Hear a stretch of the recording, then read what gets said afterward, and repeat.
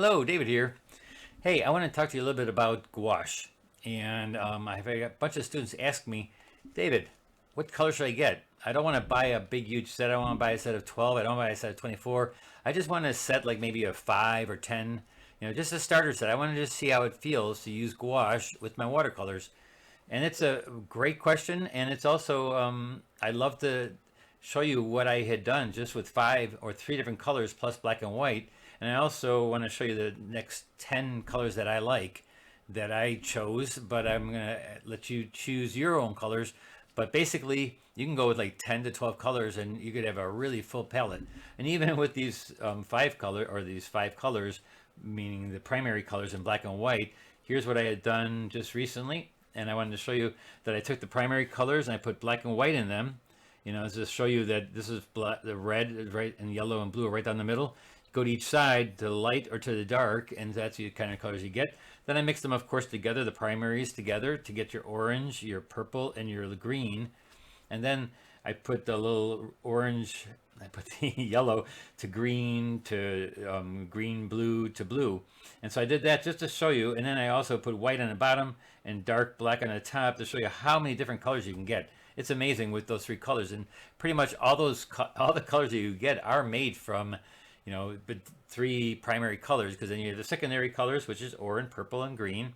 And of course, there's the triary colors, and the list goes on of how many colors you can get. And the paint companies, they mix a lot of these colors for you, and then they also have pigments that are just those colors, and so they come in, this gouache comes in either the 15 milligram or the 5 milligram, and so those are great, either one.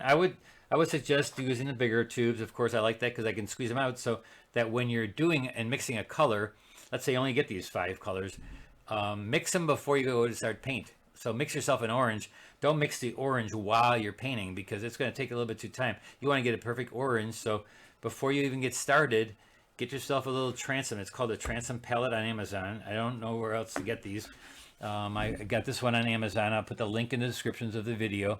And basically, gouache dries a little bit quicker than the watercolors of Holbein, because Holbein watercolors don't have oxgall in them, so they don't ever dry to a hard rock. These also don't dry to a hard rock, but they do dry a little bit quicker, but they do rejuvenate okay. But what I like to do is keep them really moist. I put them into this airtight. This has got a silicone. You can see the little silicone cover right there.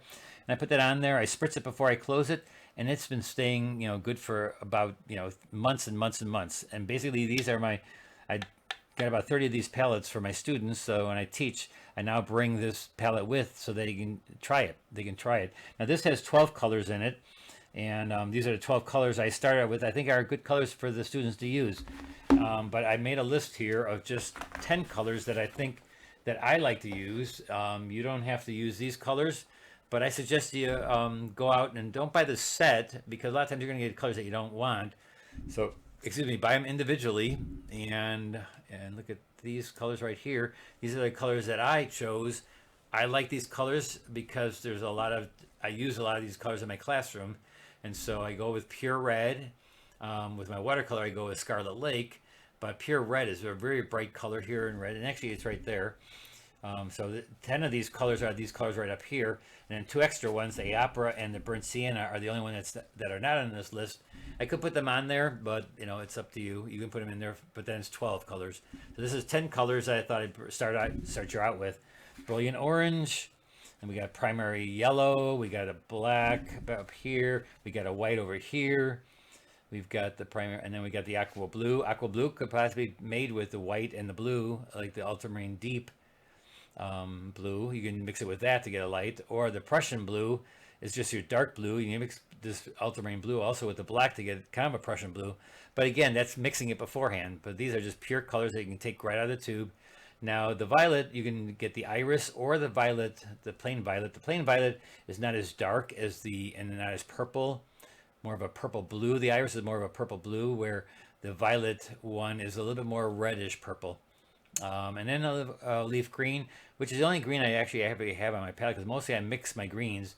But now with quinacridone going away, some of the people have been telling me that quinacridone has been, they're probably gonna make a substitute for it, but until that happens, I'm gonna have to use some kind of, yellow ochre or Anzo. I heard some kind of Anzo yellow or something to mix with my blues to get a green.